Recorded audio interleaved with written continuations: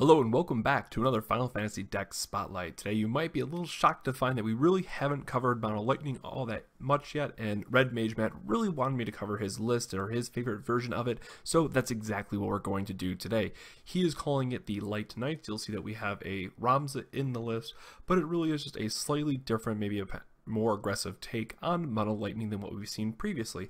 Now there is quite a few card changes in here from your more typical list that might make it a little more interesting and maybe worth revisiting again, but let's get right into it and talk about this. Now again, no surprise here that we have the full Al-Cid package with 3, 3, and 3, and what's really great about this is that we're playing Cyclops and the Lulu backup, so because of that this is going to be a 6, 7, 7 power wise going across, and as you know Cyclops is going to reduce your opponent's forwards by 3,000, so it turns all of these into very real threats. Of course, the thing that's not to be missed with Rigby, he can also kill something and tap it, so if you are in a position where it just has to be one active forward, and whenever that forward is put into the break zone you get to dull something of your opponent's. So there's going to be some cases where you just want to kill something of your own and, you know, get in the dull effect or trade up, what have you. So it's a very versatile card. Then of course we have Onion Knight to play off Al-Cid to really kill any forward in the game, assuming they don't have mint moves. So nothing too uncommon there, but what we do get into is now what are the other options that we want to play off Al-Cid. Of course we have the one of Ramza, which the effect is just insane. So pay 3, choose 1 forward. It can be itself a Final Fantasy Tactics. It gains plus 1,000 power, haste, and first strike. And keeping in mind that we do play again the Lulu backup, this is going to be a 3-drop 8k. You can threaten that it's going to be a 3-drop 9k with first strike as well. And again, we're playing Cyclops. That card is absolutely amazing in this list and can give you that battle trick when you absolutely need it. Now, not only that, we do play 2 of Zalbag, which is also great to play off Al-Cid, just as a note, but it's going to be able to push Ramza up to perhaps that total 10k when we really need it to. So there are a lot of forwards that are worth breaking at cost 2 right now, so that's why Zalbag is a little bit more playable than perhaps normal. And again, just great to play off Al-Cid, so you get to, you know, kill something for 6,000, break their 2-drop, and suddenly it creates a 2 forward swing in your favor. And then of course we have 2 Lights It On, because being able to draw and having that, again, more aggressive nature of it, it's basically a 1-drop 7k, combos very well with what the deck wants to be doing. So up next then we have Penance. It's a 4-drop 7k with haste. Interesting here is that whenever it deals damage to your opponent, choose 1 forward, damage forward, and break it. So we do play the ninja backup, so we can always threaten that activation, put our opponent in a position where they need to block. And again, 4-drop 8k with haste is nothing to sneeze at either. Amon, good old Mr. Dapper, Mr. Amazing, Mr. He's going to dull your opponent's field. Of course, one of the best things you're doing with this is playing it and then giving it haste with Red Mage, so you can dull 2 things in a turn, which is often going to give you those last 2 points of damage that you really need. All around fantastic card. And then 3 Ida. As you guys know, this is pretty much one of my favorite reasons for playing Mono Lightning.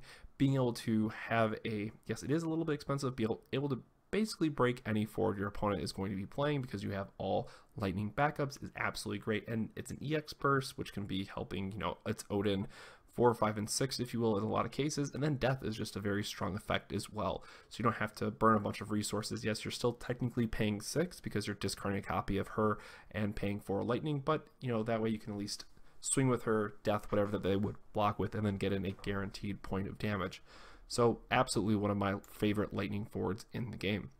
Going on, we have 2 of the Divider Gilgamesh, great in the Mono Water matchup because it can't be bounced, and that is surprisingly more relevant than you might expect, and being able to just pump it and save itself for different effects can come in handy if your opponent's trying to, for example, VV it, and you have cards in hand, you can go, oh wait, I'm just going to pitch these cards in response, VV is going to deal less damage, and my guy's going to live. And then we have the 1 5-drop X-Death, which is really just to fill the other 5-drop for Grand Cross. Now, the best part about this deck, and the other guys will attest to it, is that you can have a little bit of fun with it. And 5-drop X-Death, again, it's going to be a 10k, but his Grand Cross can be pretty dynamic and interesting, to say the least. Now, it is a very skill-intensive special because it removes all characters other than X-Death, so it really resets the board. Again, I wouldn't recommend doing this unless it's for that last guaranteed point of damage, because there's been many times where my opponent would try to Grand Cross in a position that he thinks he's so far ahead. Then you have, say, a Famfrit, and then everyone gets reset. And you don't guarantee a win after that. It just comes down to who top decks better at that point, because chances are you and your opponent both have maybe 2 cards in hand, and it creates a really awkward board state. But Grand Cross is just a fantastic ability, and it is a blast to play. So if you haven't played with this X Death yet, with a little bit of time we have left before Opus 4, absolutely take it for a spin. And then we're going to talk about our backup. So we play 3 summoners. Again, we really want to be able to be resourceful and be able to maximize our crystal points per turn. So playing this definitely helps out. Again, pushing the Ida, it lets us be in a fantastic turn 2 play. It just smooths out our draws for us. We talked about Ninja already. Pay 2, deal at 2,000 damage. Goes with some of our other guys. Obviously, it's really great with Onion Knight as well. You can use it in combination with Rigby to tap something down when you really need to. There's a lot of different things that can be doing. 3 Red Mage, giving something haste. Like, let's just face it, it's probably still one of the best 2-drop backups in the game with the other Red Mage and Yuna. There's just so much value that can generate for you. A singleton Black Mage across the board. So the first one, we again talked about kind of those ping effects, being able to threaten that break. So the first Black Mage is going to do that. Maybe Minwu is bogging you down. So then we have the middle 2-drop Black Mage, shrink something by 4,000. Great for making your ping effects live. And then the last Black Mage, which, to be honest, for me, it is my favorite one. It is costly for the effect, but you get to just break a 3 forward of your opponents. Now, again, it does have to be active. So usually you'd say, they try to go to combat, and you say before combat, I'm going to break it, so they don't have that, chance to respond. So there's a lot of value that you can be getting out of this early play. And then we have some of our more utility-based backups. 3 Lulu, no surprise here. We want to be more aggressive, gives all our guys plus 1,000 power. Fantastic. We have a singleton Duke, so this one you really have to think about as, yes, it can search for Zalbog, which isn't really the main point. It can search for Ramza when you exactly need it, perfectly timed. So it counts as kind of your second Ramza in the deck, because it functionally, you see this, you're going to play it hopefully on turn 2, find your Ramza and be perfectly fine. Then we have a singleton Gramus in the same way. It's to find your Al-Cid. We play, 8 or 9 total Al-Cid targets, but this becomes the 4th Al-Cid in the deck, so we can find them. And then a singleton Seymour. When you see an Ashe, Seymour just comes through in clutch for you and breaks that Ashe, so because you can't kill with, say, the Al-Cid combo. So it could be a very difficult 4 that you just don't want to have to worry about, and it can also activate itself. So Seymour absolutely putting in the work.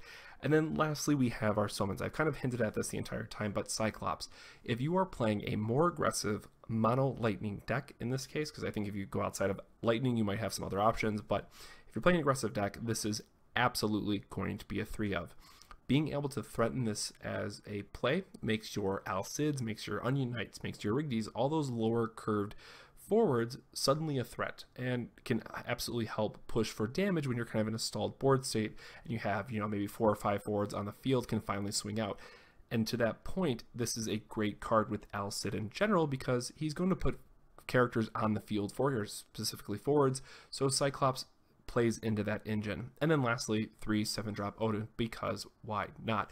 One, it's an EX burst. It can break any forward when you really need it to, and if your opponent has, say, a Prish or something that's really locking you down, the 5-drop version, you at least have an out to it, because she can just block Infinity at that point. So that is the Light Knights Mono Lightning deck. I hope you guys enjoy this. Again, thank you so much for watching. Let us know what other decks you want to see.